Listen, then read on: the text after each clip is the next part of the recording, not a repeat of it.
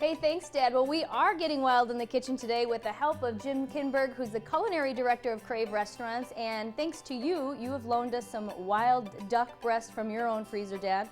And we are cooking duck with what?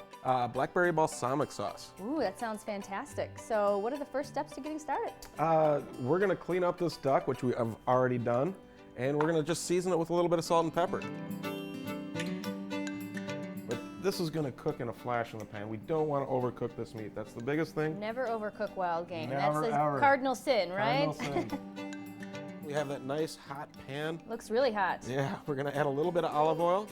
A little more generous with it this time. And here's a trick. We're gonna take some of these great herbs from Jacob's farm, some rosemary, some thyme. We're gonna put them right in that oil. And once again, that trick of laying it away from you. Probably get about 3 of them in here at a time. Flip them over real quick on the other side. Nice color. This is gonna go into a 350-degree oven for another 5 to 6 minutes. And now we're gonna go to the deglazing process again. We're gonna start with a little bit of chicken stock. We got a little balsamic vinegar, and you're really gonna smell some aroma when you add this. So about a generous tablespoon of that.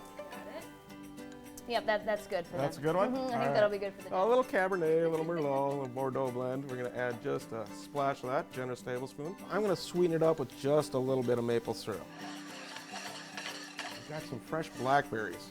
And we're just gonna put a few of those in there. Some great fresh basil from Jacob's Creek Farm. We are ready. Our duck is finished. It's coming out of the oven. Our sauce is finished. So now we gotta put it on a plate. Well, Dad, thanks to you, we have some fresh duck breast to cook up, and thanks to Jim, he's a culinary genius and making it all happen. This is definitely Wild in the Kitchen.